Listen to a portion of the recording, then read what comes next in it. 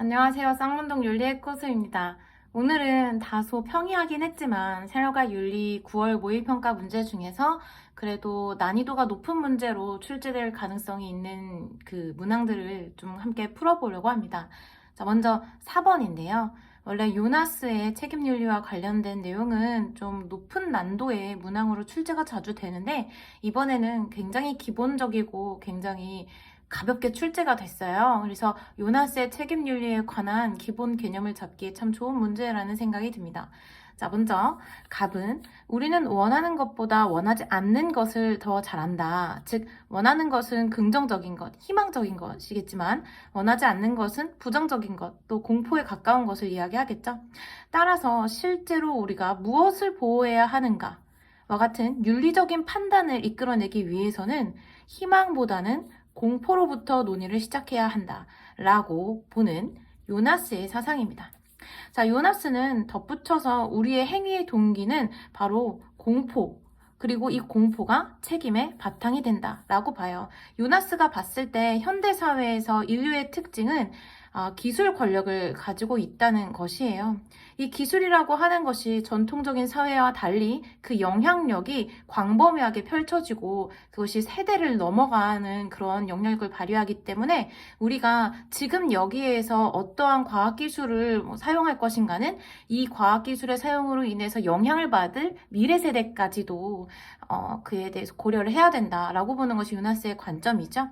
그리고 이때 우리가 미래 세대의 운명을 쥐고 있는 이 기술 권력을 바탕으로 우리가 이 기술을 활용해서 얼마나 희망적인 미래를 만들 수 있을까 보다는 이 기술 권력을 가지고 우리가 기술을 잘못 사용했을 때 얼마나 공포스러운 미래가 펼쳐질까라고 하는 그 공포에 관한 발견술이 보다 중요하다고 보았어요. 이걸 요나스는 도박에 빗대어서 이야기하는데요. 어떤 사람의 인생을 가지고 도박에 던져서 뭐 아니면 도 식의 도박을 하는 것이 과연 허용될 것인가?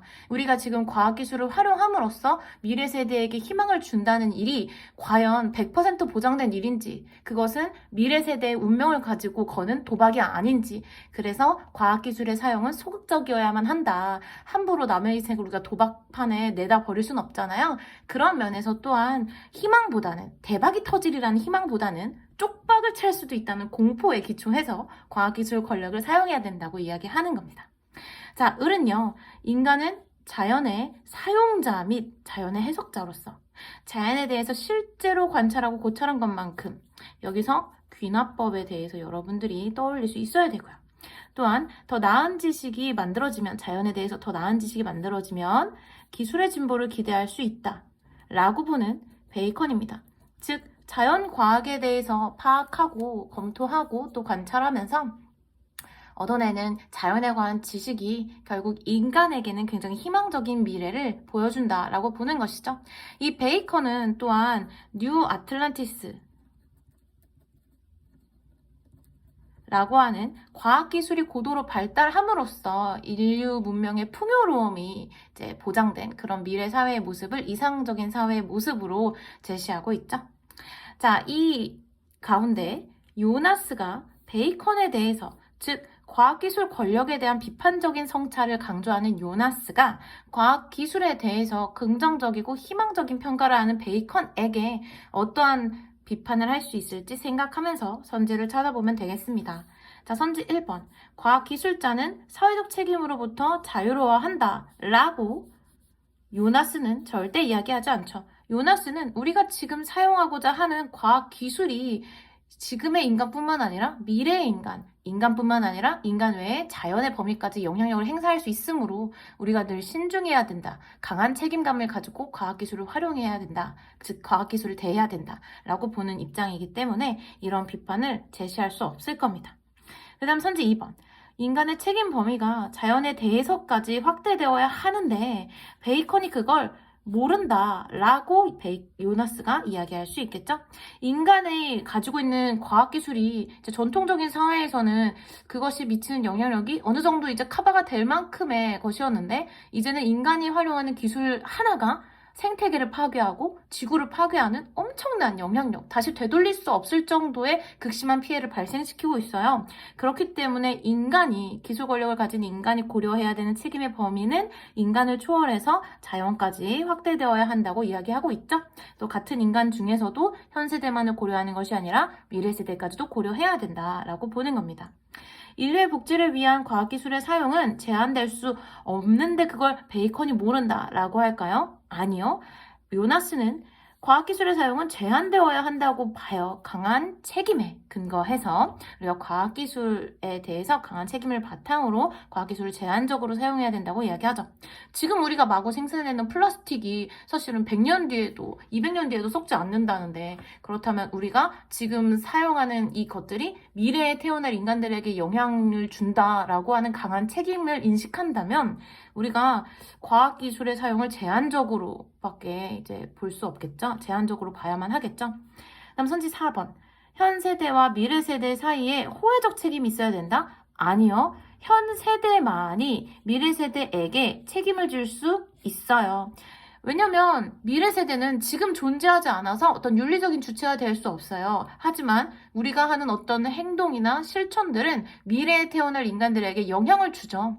지구를 척박하게 만들고 자연환경을 훼손시키고 각종 과학기술의 발전으로 인류의 존속을 위협할 수 있어요. 그건 지금 살고 있는 우리한테 있어요. 미래 세대의 인간들은 우리가 한 행위의 결과를 고스란히 떠안는 존재일 뿐이죠.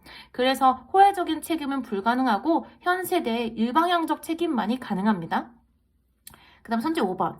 과학기술 발전에 따른 부작용도 과학기술로 해결 가능한데 베이컨이 그걸 모른다 라고 요나스는 보지 않아요. 요나스는요, 일단 현대의 과학기술의 특징은 이것이 미칠 영향력에 대해서 우리가 모른다. 우리가 사용하는 기술에 대해서 무지하다는 것이 또한 문제라고 지적하고 있거든요. 우리가 지금 예를 들어서 플라스틱과 관련된 제품들을 많이 생산해내고 사용하고 있지만 이것이 미칠 영향에 대해서는 우리가 100% 몰라요. 사실 비닐봉지도 여러분, 나무로 만드는 종이팩을 쓰지 않으려고 환경을 보호하기 위해서 처음에 만들었다고 하죠. 하지만 그것이 지금은 전 세계 이 지구 환경을 위협하는 그런 요소 중에 하나잖아요. 현대 기술 권력을 가진 인간은, 현대의 기술은 그 영향력에 대해서 우리가 제대로 파악할 수 없다는 거. 그렇기 때문에 우리가 또한 공포에 초점을 맞춰야 된다라고 요나스는 보는 겁니다. 그래서 4번의 정답은 2번이었습니다. 자, 두 번째 문항은 8번입니다. 롤즈와 싱어의 해외 원조에 관한 입장인데요. 함께 풀어보도록 할게요. 자, 첫 번째, 갑은 질서정연한 만민은 고통받는 사회를 원조해야 할 의무를 지닌다. 원조의 주체는 질서정연한 만민이고 원조의 대상은 고통받는 사회다. 이 고통받는 사회가 왜 대상이 되느냐면 그들이 이 정의의 원칙이 사회의 어떤 정치 문화 속에 그 전통이 없기 때문에 그 사회적 가치의 분배가 부정하게 일어나는, 공정하게 일어나지 못하는, 그럼으로써 인권의 침해가 발생하는 그런 국가를 고통받는 사회로 보기 때문이죠. 질서정연한 사회의 만민들은 이미 그 정의의 원칙을 사회 기본 구조에 반영해서 그것이 잘 실현될 수 있는 체제를 지향하는 공동의 정의관을 가지고 있는 시민들이에요. 그런데 이 정의의 원칙의 전통과 그런 문화가 없어서, 정의의 원칙을 추구하는 질서가 없어서 공정한 분배가 일어나지 못하는, 그럼으로 인해서 기본적인 자유로서 인권이라고 하는 것까지 침해되는, 평등하게 보장받지 못하는 그런 고통받는 사회가 원조의 대상이 된다. 이때 우리에게 원조의 목표는 뭐냐면 결국 그들이 질서정연한 사회가 되도록 돕는 데 있다라고 롤즈는 봐요. 자, 그런데 이때 중요한 게 하나 있죠? 그러나 이 해외 원조는요, 정의의 원칙에 따라서 이것이 부여되는 것은 아니에요. 제가 해설할 때 이런 내용을 사실 많이 강조했었는데요. 롤즈는요, 국제사회에서 정의의 원칙이 적용되어야 된다고 보지 않아요. 정의의 원칙은요, 기본 구조를 공유하고 있는, 사회적 가치를 함께 분배해야 하는 그런 기본 구조를 공유하고 있는 한 사회 단위에서 우리가 추구하는 그런 분배의 원칙이죠. 기본 구조에 적용되는 원칙이에요. 자, 그런데 국제 관계에서는요, 함께 사회적 가치를 만들어내고 또한 그것을 함께 분배해야 하는 그런 기본 구조를 공유하고 있지 않아요. 그래서 정의의 원칙에 따라서 원조의 의무가 발생하는 것이 아니라 각자 질서정연한 사회의 사람들, 즉 이미 정의의 원칙을 추구하는 사회 안에 살고 있는 그 만민들은 이제 다른 나라에 대해서 윤리적인 의무로서 이제 원조의 의무를 새롭게 창출해내는 겁니다. 그리고 이때 뭐 그 내용이 정의의 원칙과 사실 부분적으로 비슷한 부분도 있지만 정의의 원칙이 곧 원조의 의무를 발생시키는 건 아니라는 점을 꼭 기억해 두세요. 그래서 원조의 문제는 정의의 문제가 아닙니다. 롤즈한테 원조는 정의의 문제가 아니에요. 롤즈한테 정의의 문제는요, 한 사회 안에서 그 사회에서 함께 협동해서 사람들이 만들어내는 사회적 가치를 공정하게 분배하는 문제입니다. 그리고 이때 정의의 원칙이 도출이 되죠. 하지만 해외 원조는 질서정연한 사회의 만민들이 고통받는 사회를 원조화해야 되는 의무를 도출하는 것은 정의의 원칙과는 별개의 과정이라는 것을 기억해 주세요. 자, 그 다음 을은요. 적은 비용으로도 간단한 사람의 복리에 중요한 변화를 일으킬 수 있다. 즉, 나한테는 없어도 될 만한 아주 적은 비용이지만 이것이 극심한 빈곤에 시달리는 사람에게는 아주 중대한 변화를 일으킬 수 있다. 내가 지금 브랜드 생수를 한 병 사 먹을 걸 참고 지구 반대편에 원조를 하면 그것으로 어떤 아이는 말라리아 그 예방 주사를 맞고 목숨을 유지할 수도 있다. 내가 뭐 고기 반찬을 덜 먹고 대신에 원조를 한다면 그걸 가지고 어떤 아기들이 몇몇의 아기들이 몇 달 동안 먹고 살 수 있다라고 하는 적은 비용으로 내가 지금 당장 소비하는 것보다 지구 반대편의 사람들을 돕는 것이 보다 큰 효용성을 발생시킨다면 원조를 하는 것이 윤리적인 의무다라고 보는 싱어의 입장이에요. 자, 싱어는요, 공리주의적 관점에서 이익평등 고려의 원칙에 따라서 우리가 이 국경을 넘어서 어떤 사회에 속하는가를 넘어서 극심한 빈곤에 처해서 고통을 경험하고 있는 사람들을 도와주는 것이 의무다라고 봐요. 단 이때 다른 사람들을 도와주는 것이 의무가 되는 것은 그 사람을 돕는 게 내 인생에 아주 비참할 정도의 고통을 발생시키지 않을 때, 내가 그 사람을 도와주더라도 나의 삶의 어떤 질적인 수준이 현저하게 떨어지지 않을 때, 즉 내가 살만할 때 내 삶을 크게 침해하지 않는 범위 내에서, 아까 말했듯이 내가 뭐 브랜드 생수 한 병 안 먹어도 먹고 살잖아요. 내가 비싼 옷 안 사 입어도 먹고 살잖아요. 그런 수준에서 원조가 의무가 된다고 보았습니다. 그래서 싱어가 쓴 책이 효율적 이타주의라는 책인데요. 그 책에 보면 이제 일상적으로 사람들이 어떠한 측면에서 원조를 접근해야 되는지 굉장히 가볍게 쓰여 있어요. 그래서 사치스러운 물건을 사지 않고 원조를 한다던가, 내가 월급의 몇 %를 저축해서 원조를 한다거나 하는 굉장히 구체적인 실천의 방법과 사례들이 제시되어 있거든요. 자, 그런 면에서 싱어에게 원조라고 하는 건 이제 효율성에 기초한 공리주의의 이익평등 고려 원칙에 기초한 일상적인 윤리적 의무로서 요구된다는 점을 기억하면 이 문제를 어렵지 않게 풀 수 있습니다. 자, 먼저 롤즈에게 정의의 원칙에 따라 운영되는 국가는 질서정연한 사회죠, 이미. 자, 질서정연한 사회는요, 원조의 대상이 아니에요.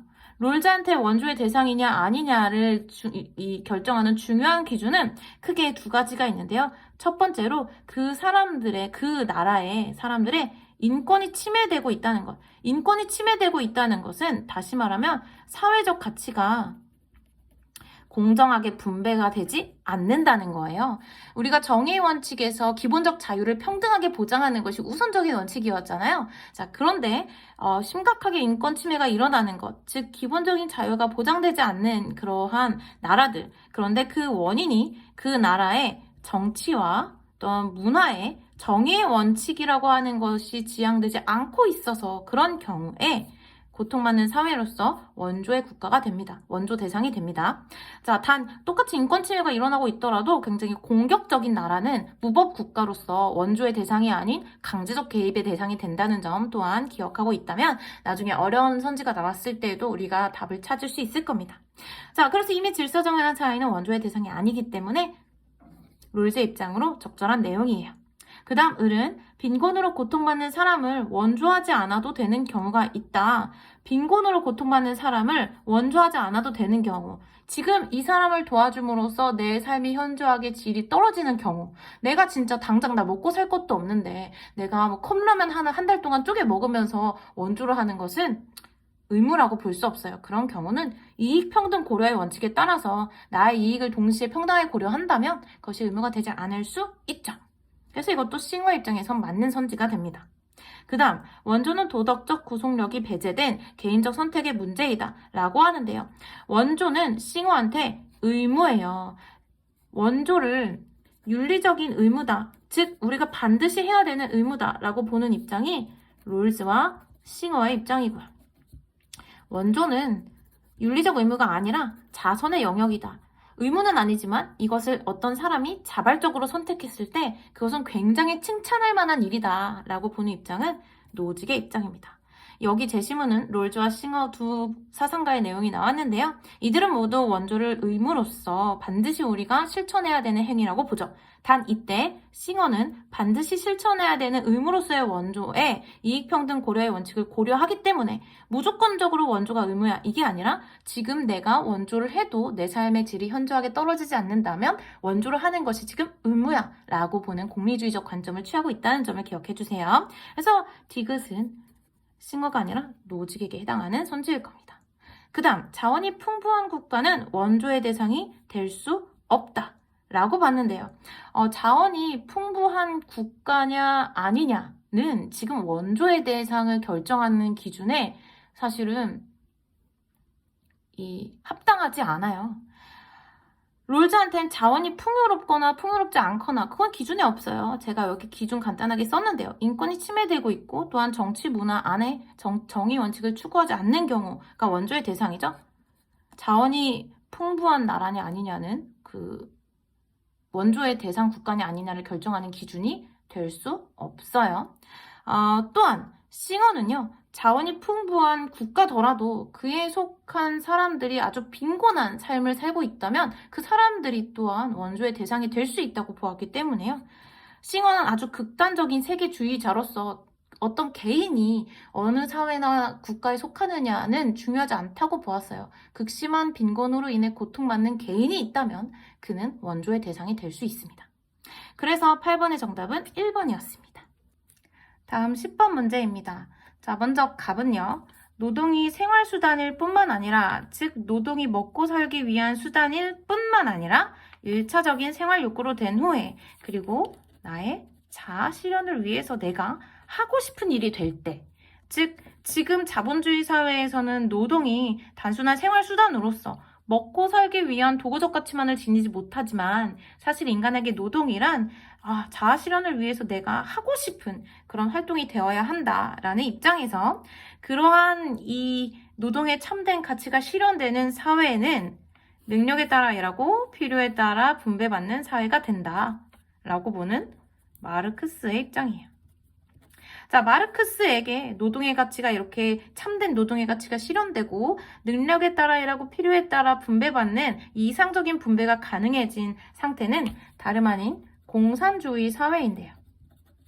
이 공산주의 사회로 넘어가기 위해서 지금 우리가 속해 있는 자본주의 국가는 과도기로서 사회주의 국가의 단계를 거치죠.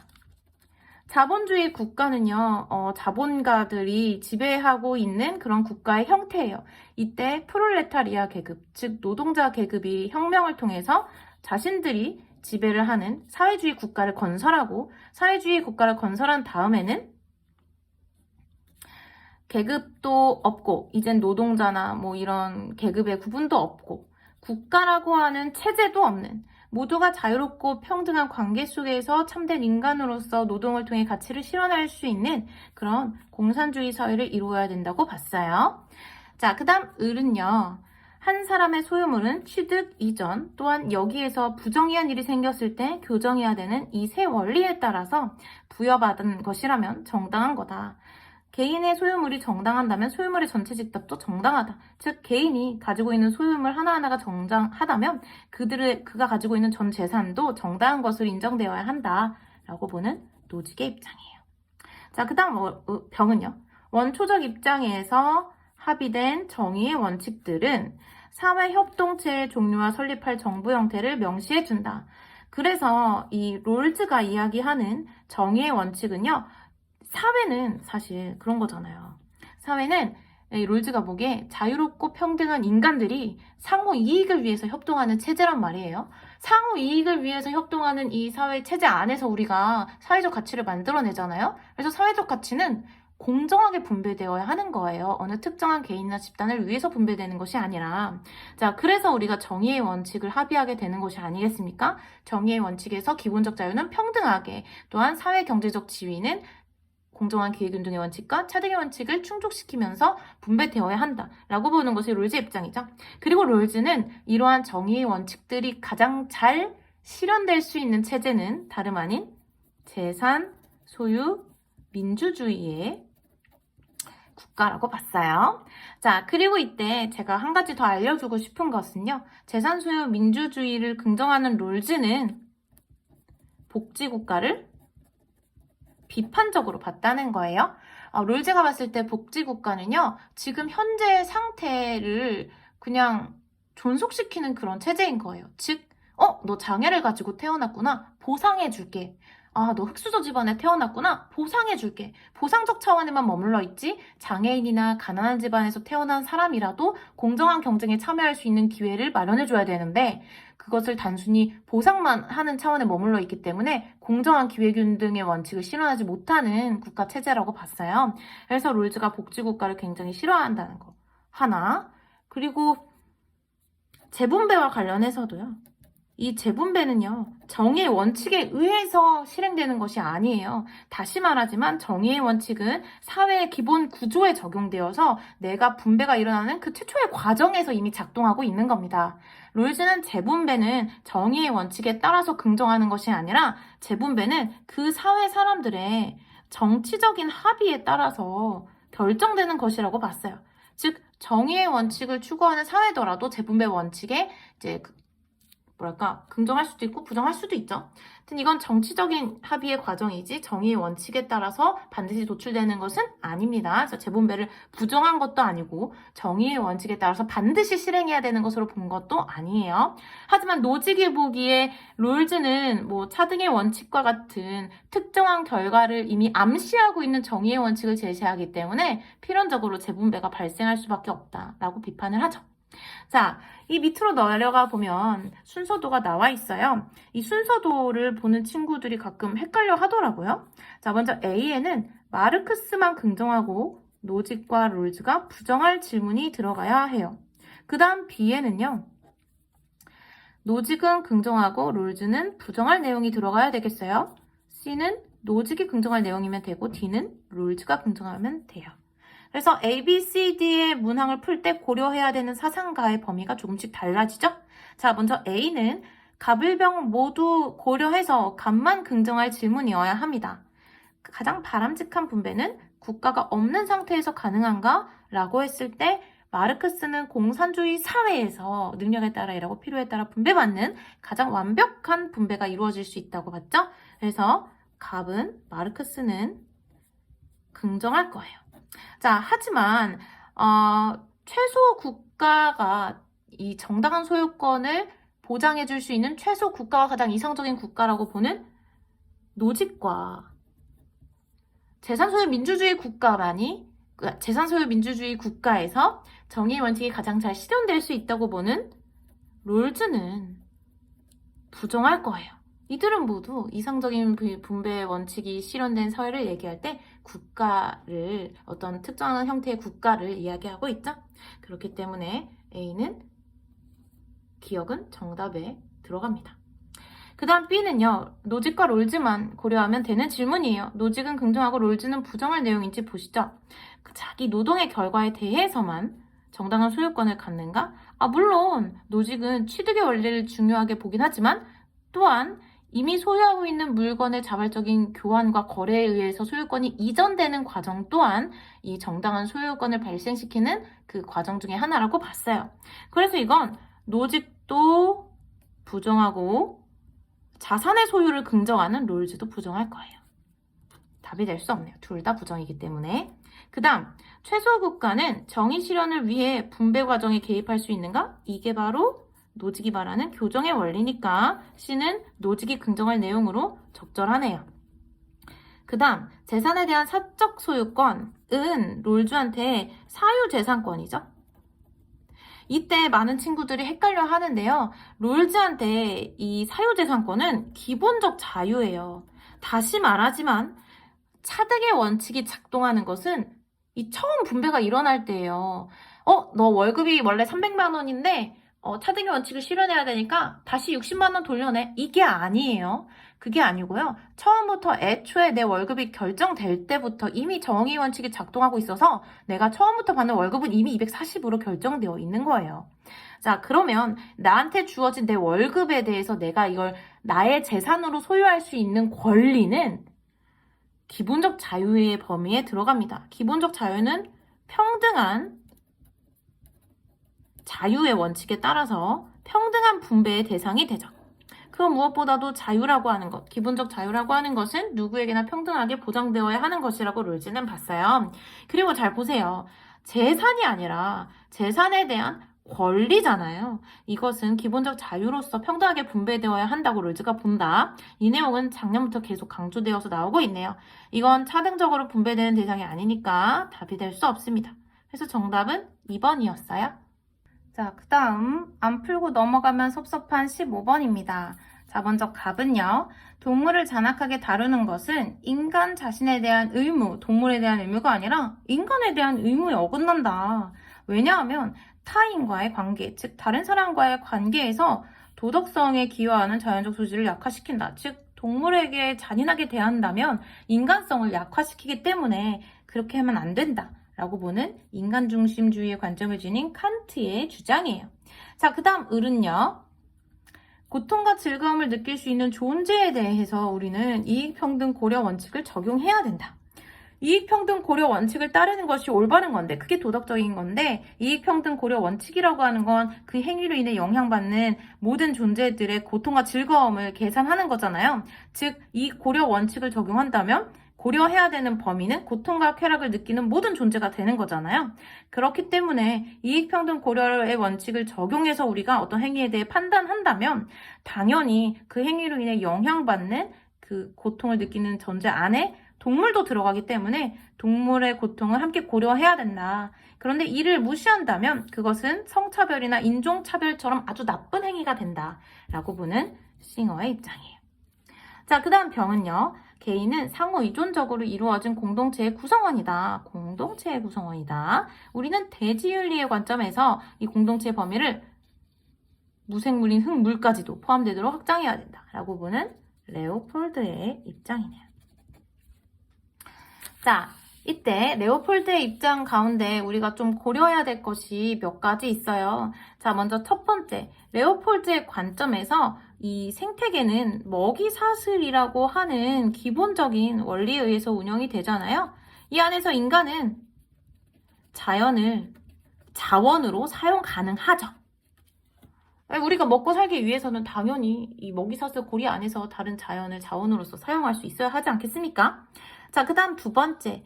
그리고 우리가 이때 이 생태계를 고려하는 관점은 경제적인 관점뿐만 아니라 도덕적, 심리적 관점을 가져야 된다 라고 레오폴드는 보고 있는 거예요. 그래서 뭐 예를 들면 어떤 살림을 우리가 불태워서 화전을 만들 것인가 말 것인가 뭐 이런 걸 결정할 때에도 단순히 그것이 돈이 되냐 아니냐를 고려하는 것에서 끝나는 것이 아니라 이것이 과연 생태계의 온전성을 고양시키는데 올바른 일일까 아닐까, 생태계의 아름다움을 보존할 수 있는 일일까 아닐까, 이런 것들을 고려해야 된다고 보는 것이죠. 자, 그리고 이 나의 그림을 여러분들이 많이 헷갈려해서 설명을 해주자면, 이런 집합이 등장하는 경우에는요, 모든 선지에서 모든 사상과 갑을병을 다 고려해야 돼요. 갑과 을만의 공통 입장이기 때문에 병은 부정할 내용이 들어가야 되고요. 을과 병만의 공통 입장이기 때문에 갑은 부정해야 되고, 갑과 병만의 공통 입장이기 때문에 을이 부정해야 됩니다. 그래서 이 보기에서는 A, B, C, D를 다 고려할 때 갑을병을 함께 고려해야 된다. 자, 먼저 기억. A에 과연 이 내용이 들어갈 수 있을까요? 우리가 이렇게 표를 만들어 놓고 함께 풀면 더 쉬울 것 같아요. 자, 자연을 경제적 관점에서 이용하는 것이 허용될 수 있다. 칸트는 당연히 긍정합니다. 이 목적적 가치는 인간에게만 있지만요. 자연은 수단적 가치를 지닐 수 있어요. 인간을 위해서, 그쵸? 경제적인 관점에서 이용할 수 있어요. 존중하지 않고, 그쵸? 자, 그 다음, 싱어는요. 고통과 쾌락이라고 하는 것을 우리가 평등하게 고려한 다음에도 자연을 이용하는 것이 긍정된다면 이러한 결정이 허용될 수 있죠. 고통을 최소화하면서도 이익을 극대화되는 방식으로 자연을 이용할 수 있어요. 자, 그 다음 레오폴드의 입장에서도요. 경제적 관점에서 자연을 이용할 수 있습니다. 그렇죠? 자, 그래서 이건 A가 아니라 D에 들어가야 되는 내용이기 때문에 답이 될 수 없네요. 그 다음 니은 볼게요. 이성적 능력을 기준으로 도덕적 지위가 결정되지는 않는다. 무슨 소리야? 칸트한테는 이성적 능력이 있는 존재로서 인간만이 도덕적 지위를 가지죠. 그렇기 때문에 칸트는 이 내용을 부정하겠죠. 무슨 소리니? 자, 하지만 싱어는 쾌고감수 능력이 있느냐 없느냐에 따라서 레오폴드는 생명 공동체의 구성원이냐 아니냐에 따라서 도덕지위가 결정되어야 된다고 보기 때문에 이 문장을 긍정할 거예요. 을과 병만 긍정하고 갑은 부정할 내용이니까 B에 해당하는 내용이 맞네요. 자, 그 다음 C는요. 고통을 느끼는 모든 존재가 존속할 권리를 갖는 것은 아니다. 이 권리라고 하는 것이 도덕적 지위를 가지느냐 아니냐를 의미하는 그 표현으로서 받아들이면 되겠어요. 즉, 권리를 가진다 라고 하면 도덕적 지위를 가진다 라고 하는 표현과 같은 것으로 해석하면 되겠습니다. 싱어도 사실 권리라는 표현을 쓰거든요. 자, 아무튼 고통을 느끼는 모든 존재가 도덕적 지위를 갖는 것은 아니다. 칸트의 입장에선 맞죠. 하지만 싱어의 입장에서 고통을 느낀다면 도덕적인 존재로서 고려의 대상이 되니까 이 문장을 부정할 거예요. 무슨 소리야? 고통을 느낀다면 존속할 권리를 갖는 거라고. 자, 레오폴드의 입장에서는요. 고통을 느끼는 존재가 당연히 생명 공동체의 구성원이니까 이 문장을 부정하겠죠. 무슨 소리야? 고통을 느끼는 존재는 생명 공동체의 구성원으로서 권리를 가진다고. 자, 그 다음 D는요. 동물에게 해를 끼친 행위가 정당화될 수 있다라는 것인데요. 칸트의 입장에서는 당연히 맞을 겁니다. 인간을 위해서라면 동물이 희생될 수 있겠죠, 당연히. 자, 그 다음 싱어의 입장에서도요. 고통을 최소화한다면 동물을 이용할 수 있기 때문에 긍정될 겁니다. 자, 그 다음 레오폴드의 입장에서는요. 동물에게 해를 끼치는 행위가 어떠한 경우에 긍정되나요? 생태계, 교란종해, 인위적 제거 같은 것을 생각해 보세요. 생태계 전체를 위협하는 개체를 우리가 인위적으로 제거하는 것은 예를 들어서 황소개구리가 우리 생태계를 어지럽혀서 막 우리 황소개구리도 잡았잖아요. 그럴 때 황소개구리를 해치는 것은 전체를 위해서 정당화될 수 있는 행동이었죠.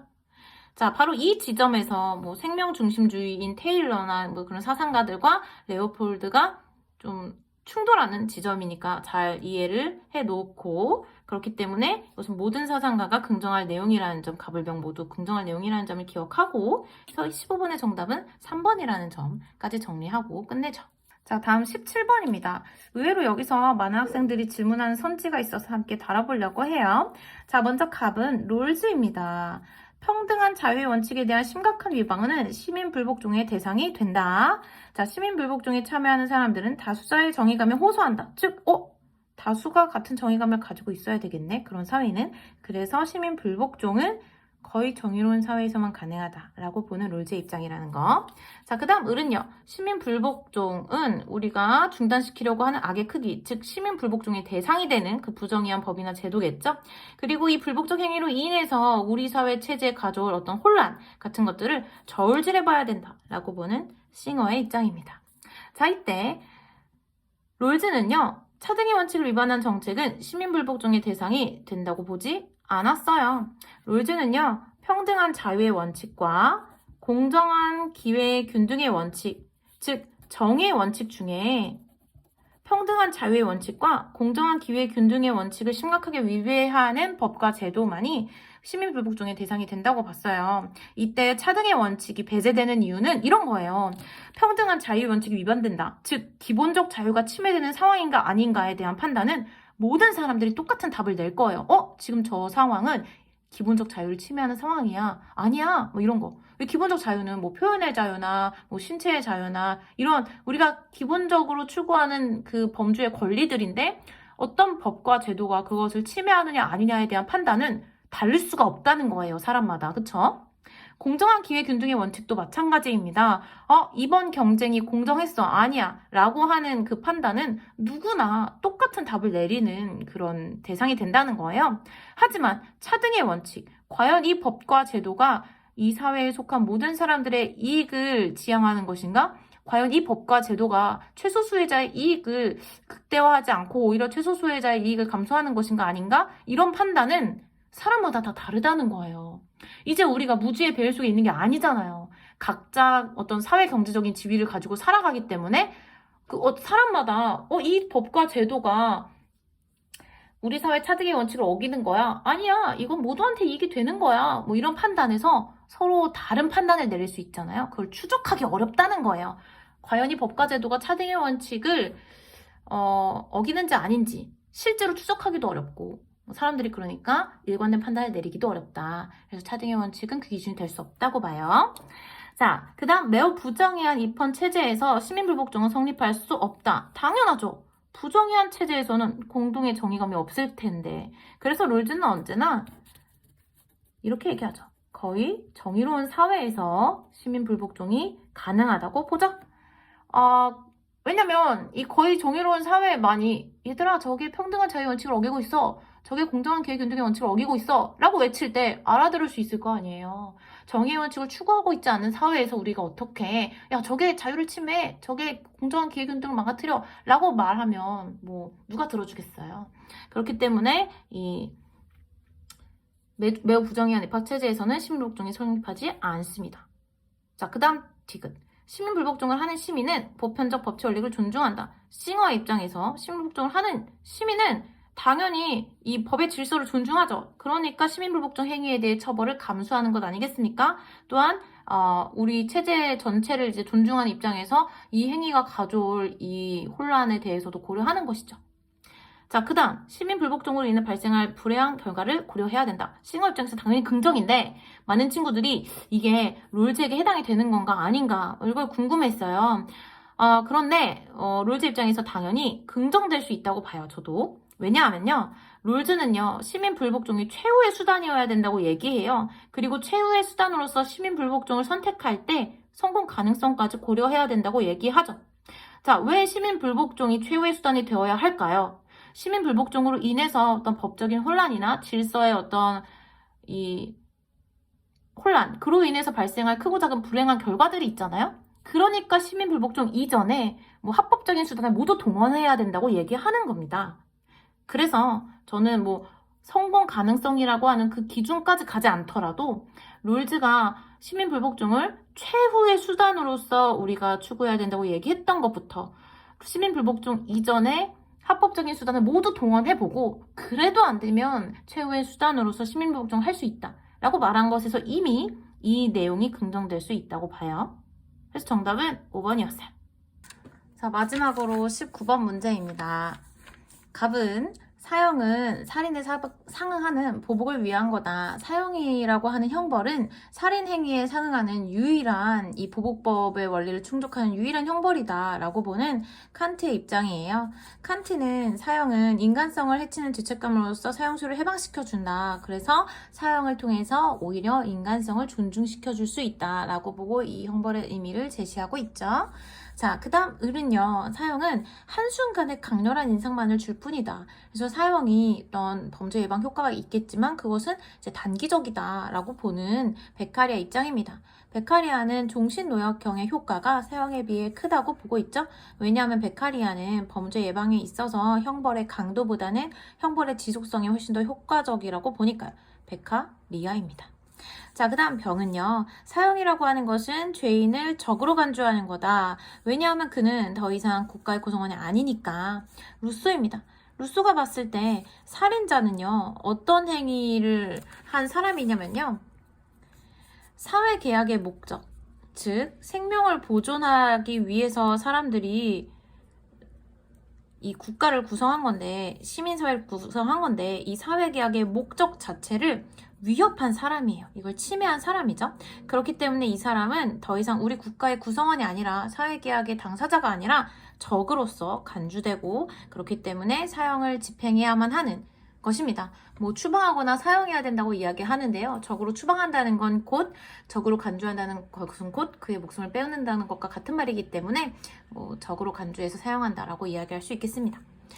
자, 그 다음 나 그림과 함께 선지를 볼게요. 갑은 칸트였고 을은 베카리아였고 병은 루소였어요. 자, 먼저 형벌이 주는 공포는 강도보다 지속성에서 나오는데 그것을 베카리아가 간과한다고 볼 수 있을까요? 이 AC는 칸트와 루소가 베카리아에게 할 수 있는 비판이어야 하는데요. 오히려 형벌이 주는 공포는 강도보다 지속성에서 나오므로 사형보다 종신노약형이 효과적이다 라고 베카리아가 주장하고 있죠. 자, 그 다음 B는요. 베카리아가 칸트한테 할 수 있는 내용이어야 돼요. 종신노약형, 베카리아 입장이 맞는데 범죄자를 목적으로 대하는 건데 칸트가 그걸 모르네 라고 베카리아가 할 수 있을까요? 아니요. 종신노약형을 긍정한다는 것은 베카리아의 입장이 맞지만 범죄자를 목적으로 대하는 형벌을 긍정하는 것은 칸트의 입장이죠. 칸트한텐 형벌이 범죄자의 인간성을 존중하는 것이에요. 그래서 다른 어떤 이익이나 목적을 위한 수단이 아니라 범죄자가 그 행위를 스스로 저지름으로써 스스로의 인간성을 상실했다는 사실. 그래서 그에 대한 적당한 이 보복의 원리에 따라서 형벌을 부과함으로써 그의 인간성을 회복시켜주는 그런 차원에서 이루어지는 것이죠. 그래서 이 문장은 절반은 베카리아가, 절반은 칸트가 해당할 내용이고 B에는 당연히 해당되지 않는 내용이 될 거예요. 그 다음 사형은 이 D는요. 베카리아가 루소한테 할 수 있는 비판이어야 되는데요. 사형은 시민들의 범죄 의욕을 전혀 억제할 수 없다? 아니요. 억제를 할 수는 있는데 그게 단기적이라는 것이 베카리아의 입장이죠. 자, 그 다음 E는요. 루소가 칸트에게 할 수 있는 비판이어야 합니다. 사형은 시민들의 생명을 지키기 위해서 실행되는 형벌인데 칸트가 그걸 모른다. 자, 루소한테 사형이라고 하는 건 사회계약의 구성원인 우리 시민들의 생명을 지키기 위해서 시민들의 생명을 위협한, 빼앗은, 사회계약의 목적을 위협한 그 범죄자의 생명을 빼앗는 것이잖아요. 그쵸? 그를 적으로 간주하고. 자, 그런데 칸트에게는 형벌이라고 하는 것이 어떤 의미를 지니냐면 그 자체로 도덕이고 정의예요.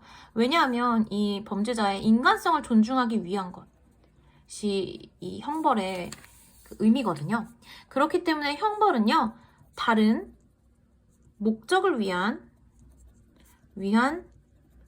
수단이 아닙니다. 오히려 범죄자의 그 인간성 자체를 존중하는 것이죠. 형벌을 통해서 범죄 예방 효과를 이루거나 혹은 질서 유지에 기여하거나 하는 등의 어떤 부차적인 또 다른 목적은 없어요. 형벌은 그 자체로 범죄자가 스스로 그 범죄를 의혹했다는 사실에 기초해서 정당화되는 정의와 도덕의 차원에서 설명이 됩니다. 그렇기 때문에 이와 같은 비판을 루소가 칸트한테 할 수 있겠죠. 야, 사형은 시민을 지키기 위해서 실행되는 것인데 왜 너는 그 자체로 이 범죄자의 인간성을 존중하기 위한 것이라고 얘기하니? 라고 비판할 수 있을 거예요. 자, 그 다음 F는 칸트가 루소한테 할 수 있는 비판이어야 되는데 이게 왜 틀렸나 봅시다. 범죄자를 처벌하는 것은 그가 처벌을 의혹했기 때문이다. 말도 안 되죠. 범죄자를 처벌하는 이유는 그가 그 범죄를 의혹했기 때문이다. 라고 보는 것이 칸트의 입장이죠. 그래서 이 정답은 4번입니다. 아마도 이번 9월 모의평가에서는 기본 개념을 잘 탑재하고 기출을 3기년 이상 꾸준히 풀었던 친구들은 어렵지 않게 풀 수 있었던 굉장히 평이한 수준의 문제였어요. 그래서 걱정되는 것은 수능에서의 난도가 갑자기 높아지지 않을까 하는 것입니다. 이를 잘 대비하려면 사실 이 9월 모의 수능이 수능의 실전의 힌트가 되는 격인데요. 여기서 다룬 이 주제들이 그동안 기출문제에서 선지로 또는 제시문으로 많이 암시가 되었던 내용들이에요. 그러니까 저는 기출문제를 조금 더 열심히 풀고 이 선지를 분석하는 것뿐만 아니라 제시문까지도 열심히 공부해서 좀 탄탄하게 이 빅데이터를 수집해야 된다고 생각하는 바입니다. 자, 그럼 이것으로 9일 모의평가 부분 해설을 마치도록 하겠습니다. 안녕!